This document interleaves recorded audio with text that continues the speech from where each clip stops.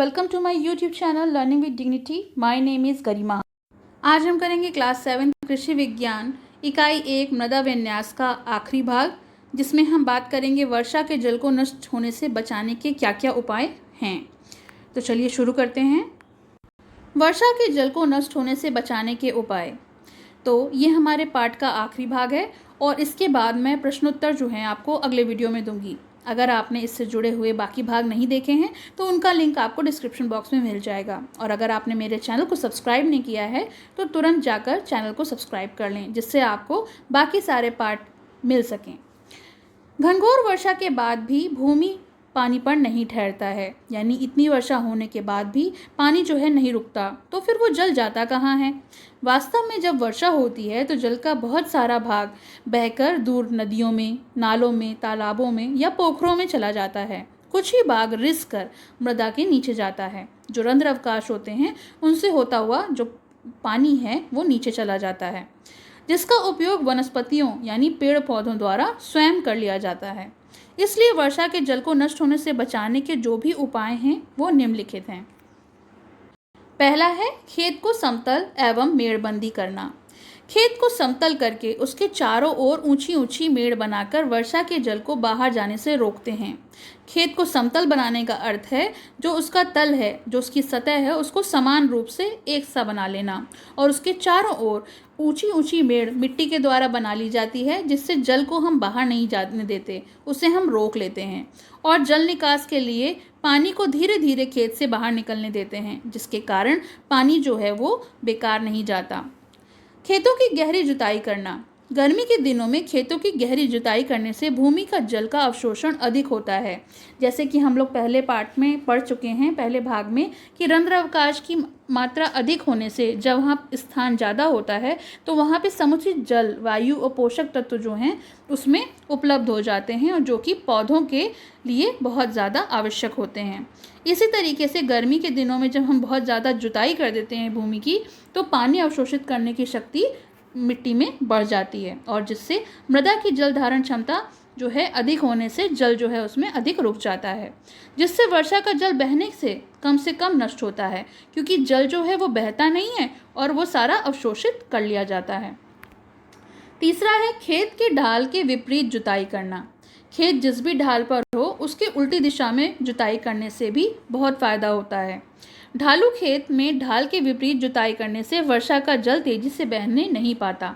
अगर ढाल विपरीत दिशा में होगी और जुताई दूसरी दिशा में की जा रही होगी तो पानी जो है वो तेजी से नहीं बह पाएगा और भूमि उसे रोकने में अधिक समय लेगी, जिससे भूमि जो है उस पानी को अवशोषित कर लेगी, जिससे मृदा जल का ह्रास कम होगा। ह्रास यानी नुकसान कम से कम होगा। छोटे छोटे बांधों का निर्माण करना, यानी छोटे छोटे बांध बना लिए जाते हैं। ढालू भूमि यानी जिस भूमि की ढाल होती है, स्लोप होती है, वर्षा को जल को रोकने के लिए निचले भागों में छोटे छोटे बांध बना लिए जाते हैं। इससे वर्षा के जल को बहने से रोका जा सकता है। इन बांधों में रुके हुए जल की सिंचाई के रूप में उपयोग करके फसल का उत्पादन किया जाता है। यानी ये जो बांध बना के पानी को रोका जाता है, बाद में वो सिंचाई के रूप में इस्तेमाल किए जाते हैं। पांचवा है वृक्षारोपण। वृक्षारोपण का अर्थ तो हम सब जानते हैं। वृक्षारोपण का मतलब होता है वृक्ष को आरोपण यानी लगाना। वृक्षों को अधिक से अधिक लगाने के लिए हम अक्सर कहते हैं, और उसका कारण ये है कि अगर हम अधिक से अधिक वृक्ष और घास लगाते हैं तो वर्षा के जल की तीव्र गति को, यानी जो तेज़ गति होती है, उसे रोका जा सकता है। पानी को एक सीमित गति मिल जाती है और वो जल्दी बहता नहीं है। इसके अतिरिक्त वनों में, वृक्षों के बीच खाली जगह में और जहाँ पे कम प्रकाश में उगने वाली फसल होती हैं, उसे भी उगाकर वर्षा के जल को नष्ट होने से बचाया जा सकता है। छठा है झीलों, तालाबों एवं पोखरों की सफाई एवं पर्याप्त गहराई बनाए रखना। वर्षा होने से पहले जलाशयों में उगे हुए खरपतवारों को, खरपतवार होते हैं जो अनचाहे पौधे होते हैं जो फसलों के संग उगाते हैं, लेकिन वो उनकी जितनी भी पोषण चीज़ें हैं उनको ले रहे होते हैं और उन फसलों को नुकसान पहुंचाते हैं। इसलिए समय समय पर उगे हुए खरपतवारों को हटाना बहुत आवश्यक होता है। तथा निचली सतह पर ज़मीन मिट्टी को बाहर निकाल देते हैं, जिससे वर्षा का जल अधिक से अधिक एकत्र हो सके। इनको वहाँ से हटाने से जो ज़मीन है वो पोली हो जाती है और वर्षा का जल वहाँ खाली रिक्त स्थानों पर भर जाता है, जिससे उसे वहीं पर रोका जा सकता है। आवश्यकता पड़ने पर इसी जल से खेतों की सिंचाई करते हैं। इसके संदर्भ में एक कहावत कही गई है जो पूरी तरीके से सत्य है। वर्षा का जल का संचय भरे रहे ताल, ना रहे सूखा और ना ही पड़े अकाल। तो यानी अगर वर्षा का जल हम संचित करके यानी इकट्ठा करके रखते हैं और ताल भरे रहते हैं, ताल यानी पोखर हैं, ताल हैं, तालाब हैं, ये सारी जगह जहाँ पे पानी को एकत्रित किया जा सकता है, अगर वो वर्षा जल से भर जाएंगे, उनमें पानी एकत्रित कर लिया जाएगा, तो कभी भी सूखा नहीं पड़ेगा और कभी भी अकाल नहीं पड़ेगा, यानी जो पानी की समस्या है वो नहीं होगी। छत जल यानी रूफ टॉप जल जो होता है उसका संचय करना। किस प्रकार से छत पर जो जल होता है उसका संचय किया जाता है।